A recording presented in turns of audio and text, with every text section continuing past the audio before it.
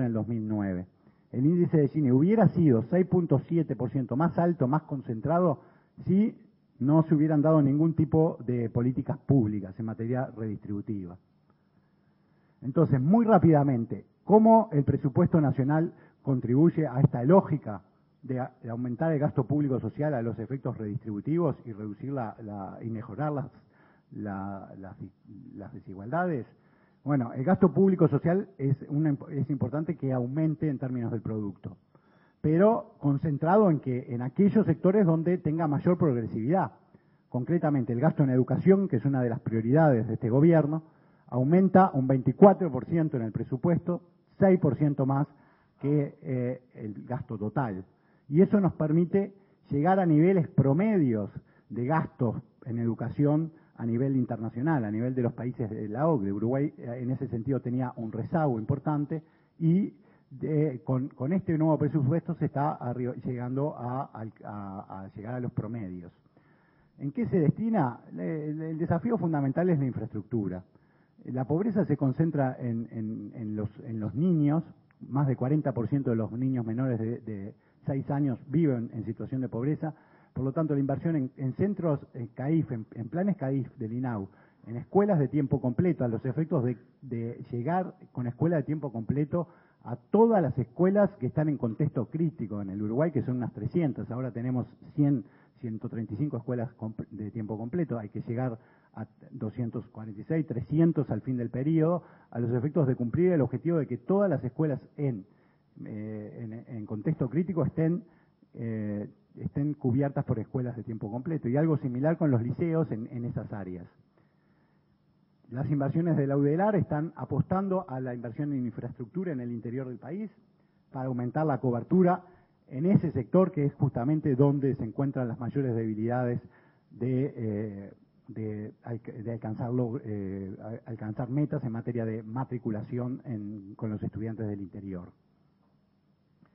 El gasto del FONASA es un gasto también que crece fuertemente, explicado fundamentalmente por el ingreso de los nuevos colectivos. Los nuevos colectivos, los pasivos, el ingreso de los jubilados al FONASA, que se espera en los próximos años, es un determinante fundamental del aumento del gasto público en salud, así como también la incorporación de los cónyuges, que va a ocurrir gradualmente en los próximos años. Eso genera un aumento del gasto en salud que acompaña el crecimiento de lo que es el gasto público de ACE. Y por lo tanto, dado que se trasladan usuarios de ACE al FONASA, un conjunto de personas que se van a ir incorporando a las mutualistas, a las instituciones privadas, dejando de atenderse en los hospitales públicos, lo que provoca es un acercamiento, una aproximación entre el gasto promedio que se realiza en los hospitales públicos y que se realiza en los hospitales privados.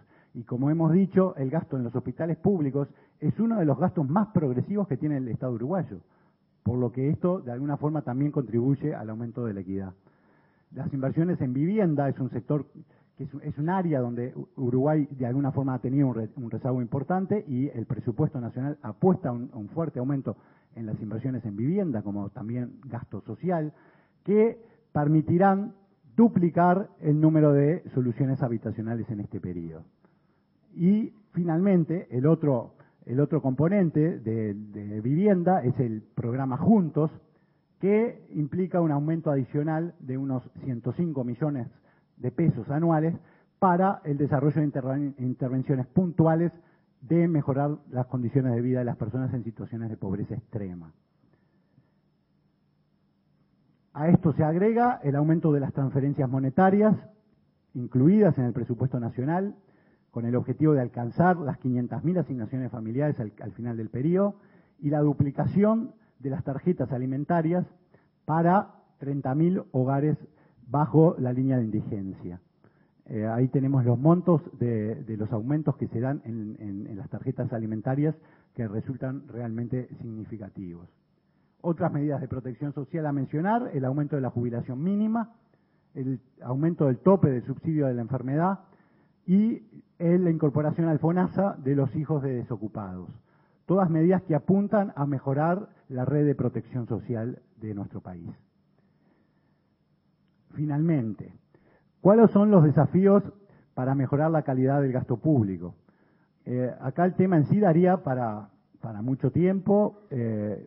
Los desafíos son amplios en muchas áreas. Nosotros optamos por concentrarnos en un área concreta que es la prioridad de los uruguayos en el momento actual, que es la educación, que es un ejemplo claro donde hay mucho para hacer en materia de mejora de la calidad del gasto público.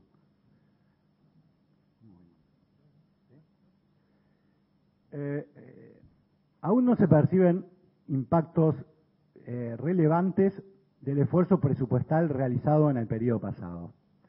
Es obvio que ha habido un aumento muy significativo del gasto por estudiante, por alumno, en ANEP, en UDELAR, y sin embargo, los resultados medidos de diferente forma, acá estamos presentando una medición que es la tasa de culminación del ciclo básico de educación, tanto del ciclo básico medio como el ciclo superior, y vemos que prácticamente las tasas de culminación se han mantenido estables en los últimos 15, 20 años. No hay cambios significativos. Y esas tasas de culminación, fundamentalmente en la secundaria media y en secundaria superior, son realmente bajas en la comparación internacional. Estamos diciendo que 2 de cada 3 uruguayos apenas terminan ciclo básico, 1 de cada 3 uruguayos termina la enseñanza media superior, completa los 6 años de enseñanza superior. Esas tasas contrastan dramáticamente con lo que es la situación a nivel internacional de los países de la región, pero los países desarrollados tienen tasas de culminación de secundaria del 100%, del 90%. Nosotros estamos apenas en un 30%. Y esos resultados no han mejorado en los últimos años. Se constata que fundamentalmente en los deciles más pobres de la población, el grado de culminación de los estudios secundarios, ni hablemos de los terciarios, es realmente pobre. Inclusive en los últimos años podríamos llegar a afirmar que hay algún retroceso en la materia. Es decir, que si uno evalúa los resultados de la educación por calidad, por cantidad de personas, de estudiantes que terminan sus estudios, realmente estamos en una situación bastante mala. Esto, digamos, de alguna forma, y ahí tratamos de cerrarlo con la lógica de la desigualdad, no afecta a todos por igual la falta educativa. Hay problemas graves en la universalización de los estudios, sobre todo luego de la enseñanza primaria, donde vemos que las tasas de asistencias a los establecimientos educativos caen dramáticamente a partir de los 12 años y caen en los hogares más pobres, ¿sí? Si uno mira, por ejemplo, para 22 años, solamente el 10% de los estudiantes de 22 años de los hogares pobres van a algún establecimiento educativo, contra un 60% de los hogares con mayores ingresos. Ahí están los desafíos fundamentales, en aumentar, en primer lugar, la asistencia, la cobertura, y, en segundo lugar, mejorar lo que son los temas de repetición. En primaria, el desafío básico es continuar reduciendo los niveles de repetición, en los niveles más desfavorables, que siguen siendo altos. En esta área, en el área de los niveles de repetición, se han dado avances muy importantes a nivel primaria, pero continúan registrándose diferenciales sustantivos si se hace un control por el contexto sociocultural de las escuelas. Y ahí es donde está el principal desafío, y es por eso que el presupuesto plantea recursos significativos para la construcción de escuelas de tiempo completo que van justamente a esas áreas culturales, socioculturales críticas. En secundaria, las tasas de repetición realmente son alarmantes. Uruguay está entre los 4 países con mayor repetición en los 15 años de los 64 países que participan en los resultados PISA. En el 4º lugar, es decir, las tasas de repetición de secundaria, 30 y pico %, 1 de cada 3 estudiantes repite en secundaria, y repite y abandona, porque de los que repiten, un porcentaje muy alto ya abandonan. Entonces, eso es uno de los desafíos claves que queda planteado para los próximos años.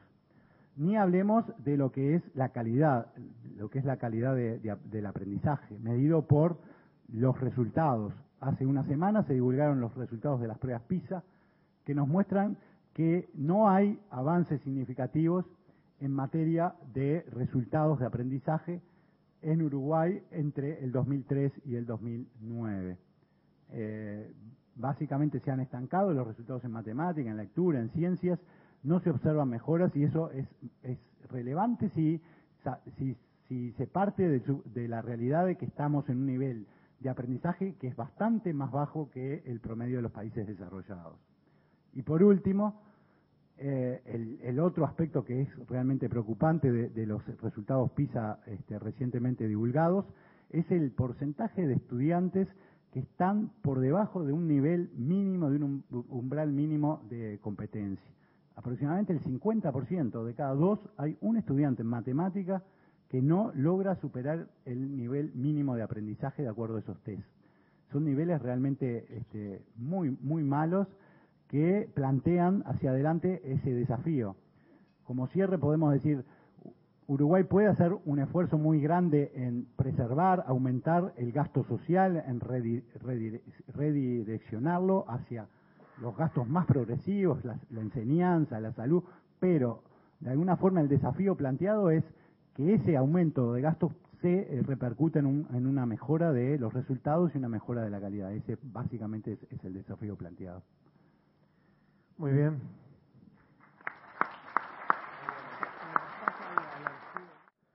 Vamos a tener a Mario Vergara. Mario, en mayo de este año, cuando hicimos este foro, el Banco Central había tomado una serie de medidas la tarde anterior y no sé si era por algún evento deportivo, te habías referido a que fueron festejadas masivamente a nivel de la población y en las calles, pero ahora no se ha notado ningún festejo, ¿no?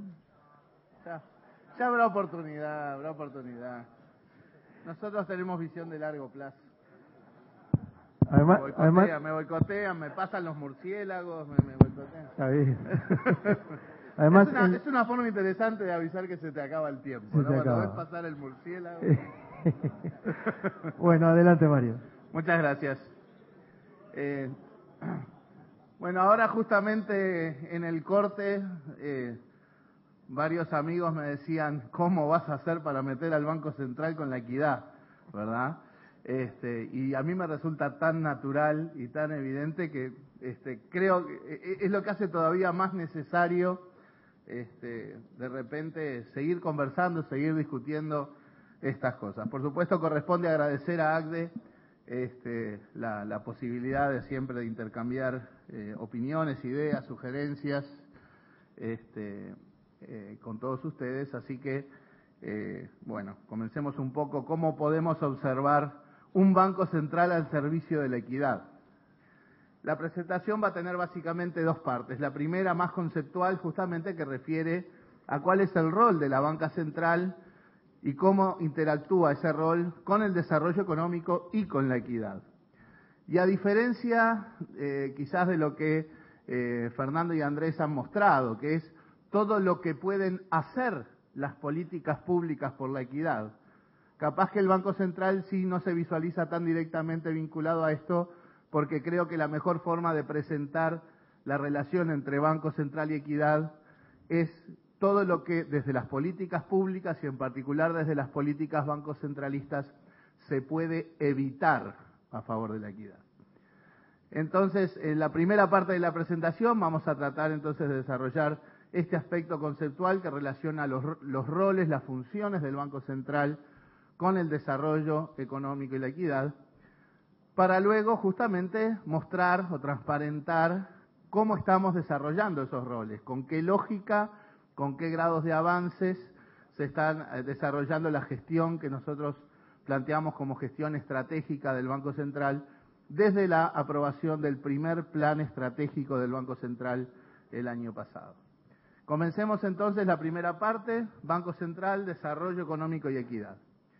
En primer lugar, la Carta Orgánica del Banco Central de 2008 es muy clara en cuanto a los objetivos primordiales del Banco Central. La estabilidad de precios, cuya contracara es mantener la estabilidad del valor de la moneda.